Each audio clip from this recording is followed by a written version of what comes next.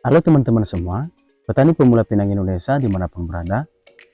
Pada kesempatan ini, teman-teman bisa menyaksikan sendiri secara langsung bagaimana keadaan kebun saya ini.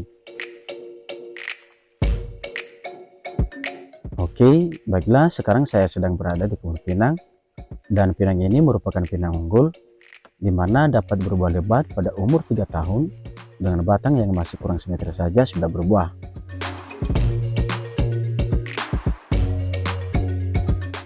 Nah, ada hal lain lagi ya teman-teman. Pinang ini unik, di mana memiliki daun yang sangat hijau gelap, kelihatan berminyak dan daunnya mengkilap.